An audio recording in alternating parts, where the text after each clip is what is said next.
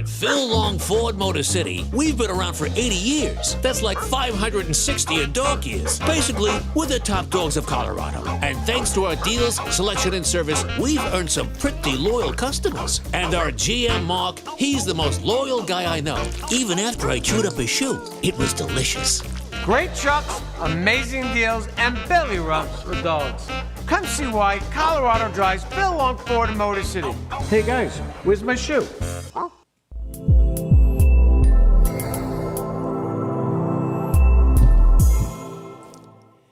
Hey there, crew. Good morning. It is Monday. It is getting to the end of April here. It's April 27th. I am Matt Meister. Thanks for joining us on Peaks to Plains Weather. Mary is going to be on later on today. She'll be running the show during the afternoon on an active day of weather for southern Colorado. In fact, start of an active week around here, as we have several things to talk about. I think the highlight of the week is what happens later on, kind of Wednesday, late Wednesday into Friday, with a couple of systems. And, you know, computer models are kind of bouncing around how these two things interact, don't interact, where the second one goes, how far south it goes. So there are some things to work on, but, you know, there's still, this is the first time in a long time, potential for widespread beneficial moisture across Colorado. The Poitras Canyon fire that's been ongoing for several days now. It's kind of been interesting. Information coming out of the fire has been a little bit quiet and slow. I think that's probably a good sign, if anything. This was on Saturday, some airdrops being done across the area. And I was looking at satellite hotspots from the fire yesterday, and there were a lot fewer of them than what we had on Saturday, and even compared to Sunday morning. So I think that's a good sign. I still don't have a perimeter that's in the national kind of database of these things. The Colorado Division of Fire Prevention and Control took over official management of this fire yesterday morning, and so maybe we'll get that today. But kind of good news, the fire hasn't grown a lot. Again, we haven't had an update on the size in 24 hours, but I think there's good news. This is gnarly terrain down there. The fire's burning in Poitras Canyon, which is to the east of Purgatory Canyon that you see there. And of course, the Pinyon Canyon maneuver site is on the north side of Purgatory Canyon, kind of off to the east of Highway 350 there. And so there's, you know, it's ranching, agricultural, grassland kind of area, beautiful part of Colorado if you've never been down into that area. Here's what's going to happen for the fire today in terms of wind. We have a cold front moving across the plains early this morning. That'll give us some north wind. Then that'll switch around out of the east, southeast as we head into the afternoon. You can see that happening here for the back part of the day. So a couple wind shifts to deal with. But I hope we get some official containment numbers of some sort when we get an update here this morning. I know we will get one today, but I just wanted to give you an update on the fire down there. And I think it's probably making some good progress, as I said. In terms of the humidity today, some of the higher humidity behind the front stays off to the north of the fire. As we head through the morning, though, we're staying, 20, 30%. That's pretty good news. We will drop as we head into the afternoon, get the heating of the day, but we've certainly had worse firefighting days with the Poitras Canyon fire itself. There's a red flag warning just to the south of the fire. But nothing officially in Colorado today. For a lot of us, as we're mixing up the atmosphere, we're a little bit warmer east of the mountains than we were yesterday, but behind the system producing the snow yesterday in the mountains, we are running chillier than 24 hours ago. And we kind of range from 27 in Gunnison is the chilly spot to 48 in Canyon City being the warm spot this morning. Lots of us are in the 30s and 40s as we get our Monday underway, and still in some clouds here. This is a look at Vail. Still getting some snow behind the system that was producing snow across the mountain areas yesterday. That was kind of nice to see. And we had some showers and thunderstorms across parts of the plains yesterday, the Pikes Peak region, and I have a few more of those in the forecast today, especially for Teller and El Paso County. Kind of areas north of Highway 50 are where we're watching for. Saying hi to some of you this morning. Kathy says good morning. She says, have a great week. I plan to do so, Kathy. I hope you do the same. Danica says good morning. Danica might have had a little bit of hail up at her place yesterday. Ann saying good morning, and Kathleen saying good morning as well. Again, I do want to remind you that our plan today is that Mary is going to be jumping in here. I know a lot of you have been patient about that. We've been getting set up over the last week. It is a new day of weather coverage here in southern Colorado and Peaks to Plains weather, and I am excited to have her join the team. I know she is excited as well. She'll be doing the forecast later on this afternoon and might have a couple of thunderstorms to deal with as well. So let's jump into the forecast here and get going as we jump into the start of the week. And yesterday, we did get some warm temps in the southeastern corner. We had 83 in Springfield, 75 in Pueblo, 65 in Colorado Springs, and 50s over the mountain areas. Today will be a little bit cooler, especially over the southeastern plains, I think is where we'll notice that temperature difference the most. Springfield drops about 10.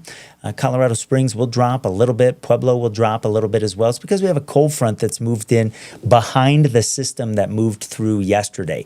And so there are still a couple showers across northeastern Colorado, but the main area of lift is getting out of here, and we've got a cold front coming across the plains behind it. And so you can see that little kink in the black lines here across Nebraska this morning. That's the upper level system getting out of here. You see another kink off to the west.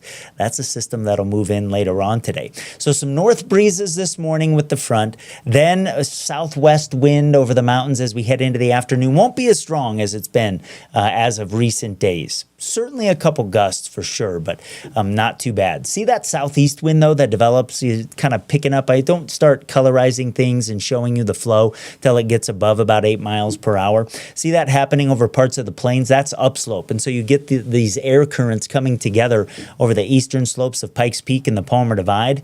You throw that in with the instability that develops with the upper level wave coming in, and we will have some showers and storms today. The first of which may develop by the middle part of the day during the lunch hour. Anything that forms will move off to the northeast today, but kind of watch Teller County, El Paso County, back toward Park County, Fremont County, toward Monarch Pass. We may get a couple rounds of these things today. And over the Palmer Divide in particular, enough wind shear in the atmosphere, even though it's not an overly kind of unstable day. The other thing I want to let you know about in terms of impacts is, especially over the slopes of Pikes Peak and some of the mountain areas as we head toward the late afternoon and evening, we may get some big wet flakes of snow down to about maybe 7,000 feet or so that might quickly accumulate on the grass or trees. So a couple things to be aware of. If you hear thunder, I need to remind you of this as we get into thunderstorm season here. You should head inside. Any thunderstorm is dangerous due to the threat of lightning. Our human bodies don't do well with that. And we'll keep a couple rounds of some showers and storms through the late part of the evening that are generally lifting off to the northeast. So there might be some Little League practices, maybe girls' high school soccer games, track practices, baseball games. If you're going to take a run or planning on a bike ride after work today, those might be impacted. South of Highway 50, especially east of the mountains, I think we stay dry. So Pueblo, I think we don't get a storm today. Anybody on Highway 50 probably misses out. Walsenburg, Trinidad, the Poitras Canyon fire into Baca County, we're all going to be dry later on today. But like I said, the first of the showers or storms may be developing here in the middle part of the day. And then maybe you get a break, and then maybe you get another round of them. That's kind of possible given the setup today for both Woodland Park, Monument, and other locations in the Pikes Peak region and the Palmer Divide. Up into Douglas County, Elbert County, that'll be the case, even up into the Denver area. And the longer things can stick around this evening, the more likely they become to maybe have some snowflakes with them. And so we'll keep an eye on that as well. Overnight lows as that system gets out of here, kind of chilly into tomorrow morning. In fact, I think we'll get some spots below freezing over the Palmer Divide. Some of the big mountain valley areas will be below freezing as well. Lots of us will stay in the 30s above freezing, and we'll have a couple spots, especially around Canyon City and the Banana Belt there coming out of Bighorn Canyon, where we'll stay in the 40s. Temperature's not too different on Tuesday. I've been saying this for more than a week now. Like this week, temperature-wise, different than this really warm spring that we've had, as we'll kind of stay cool. In fact, there's another wave on Tuesday that may produce a couple more showers or thunderstorms. I do think the wind will be a little bit stronger on Tuesday over the mountain areas in particular. Some of the gap flow, Walsenburg, coming out of Levita Pass, around Canyon City, a little bit gustier tomorrow than we'll probably have out there today. We'll keep an eye on that in terms of fire weather concerns for Tuesday. But you see this wave kind of moving from west to east across the region with some showers of snow over the mountains in the morning, and then perhaps a shower or thunderstorm again over the Palmer Divide areas north of Highway 50 during the afternoon Tuesday. In Colorado Springs proper, I think our chances of a shower or storm are a little bit less tomorrow, but some of the areas maybe north of Highway 50 over the plains have a little bit better chance of catching something today. Maybe Crowley County, Kiowa County, Cheyenne County, you might catch something on Tuesday. So that's kind of the short-term part of the forecast. And then we get to the back part of this week, which is a little bit more interesting, and we need to talk about that in detail, and we'll do that here a little bit. Jennifer says, north of Denver, got some good rain yesterday. Yeah, it was kind of nice to see. Ben says he is excited for some rain. Me too. And then Isaac says, from the peaks to the plains, the weather, it's never the same. And I like what you did there. From the thunder to the rain, that's peaks to plains. Isaac's been working on a peaks to plains song. How cool is that? I know he's been working on that hard, and we might have to all listen to that together here. I think that would be pretty cool. I did, Jen says, the link to the live not on the app. Now, let me see if we're having an issue with that here, Jen. The 24/7 channel is right on the homepage. You just scroll down a little bit where it says 24/7 channel. I'll check that here real quick. Might have an issue that I don't know about. Certainly possible. And I think you're right. I'm not sure what happened there. We'll have to work on that today. It's always something to work on. Thanks for that, Jen. I appreciate it. I'll get on that. And thanks for letting me know. Okay, I'm going to take a real short break, come back with the extended part of the forecast that is something I think we all need. Stay tuned. Emergencies are unpredictable, but you don't have to be unprepared. Peak Alerts sends you targeted emergency alerts in real time for the places that matter to you most, so you know what's happening and what to do next. Know first, act fast. That's the power of Peak Alerts. For over 20 years, my family, like so many of you, has proudly been part of Broncos country. Every season, we feel the energy, passion, and commitment that defines this team. And now we are honored to be the official injury law firm partner of the Denver Broncos. Ramos Law. What makes us different makes us better. This is John May, General Manager of Petrale Roofing, up on another customer's roof doing a free 21-point inspection. If you'd like us to take a look at your roof, give us a call today, 719-375-8773. We'd be happy to take a look and see the condition of your roof. Petrale Roofing, we're a Diamond certified TAMCO installer, which means we can offer a industry-leading 25-year workmanship warranty to give you peace of mind in the storm. Call Petrale Roofing, 719-375-8773. Schedule your free inspection today. Grow something beautiful this season. Hydrix Colorado Tree Farm Nursery has trees, shrubs, and perennials that are grown for our harsh climate. Plant smarter with expert guidance and quality plants. Visit coloradotreefarmnursery.com. Okay, we talk about the back part of the week here, and this is the best chance in quite a while of some widespread beneficial moisture on the way. The system yesterday that produced the snow over the mountains, some showers, a couple thunderstorms over parts of the plains, Did get some 1-inch hail to the south of I-70 in Kit Carson County yesterday. That is off to the east here, producing some thunderstorms still early this morning across the central part of the United States, continuing to move eastward. And the western U.S. doesn't look all that impressive right now. But if I put the flow lines on here, like we kind of talked about, there are some kinks, and we'll kind of get some energy kind of moving through the flow here from west to east. And this big dip in the jet kind of down to the south here, that is what is going to help keep us cool through the week ahead. So let me walk you through the next few days, and I'll use one computer model to kind of give you some of the issues that we're kind of watching for here. So we get this wave to move through today. That gets some showers going mainly in the northern half of the state. There's another one on the way for Tuesday that does the same thing. We already talked about those. So then we're going to focus on the back part of the week here. And there's a system off to the west that'll play a role, and some energy coming in from the north that will play a role as well. This drop on Wednesday starts to open the door for those widespread moisture chances, particularly the back part of Wednesday or Wednesday night into Thursday. With this first wave, some rain and snow expected across Colorado. Things fire back up on Thursday as we're in, the flow kind of follows this. We're on the backside of this big trough. Anytime there's cyclonic flow in the atmosphere, you kind of have general lift. And then we have this system coming in from the west. Now, this one looked like the main player a few days ago, and it's kind of trending south. I don't love that, but still close enough that it probably gives us some showers here. To watch that, though. The evolution of things looks a little bit different. It's kind of interesting than it did 2 or 3 days ago, but like the amount of moisture being put out by the models is still kind of the same. We'll get that system off to the south here as we head into the weekend, but there are still a few things to watch. Now, if you look at the total output of water from a couple different computers here and the ensembles of those models, it still looks like there's potential for more than 1 inch of liquid to fall. This computer model in particular, the run that ran at about midnight, is really, really excited. It's putting out 11 inches of snow in Colorado Springs. That's not going to happen.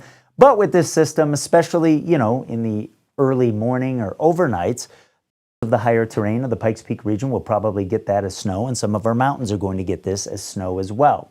But you see the widespread nature of the significant moisture. I don't even colorize these things until there's 1/2 inch on this one. And so, this is really, really good. Obviously, we need that. We'll keep a close eye on it later on this week, how this first wave from the north kind of comes in, the speed at which it comes in, and then how far south is that system for Friday.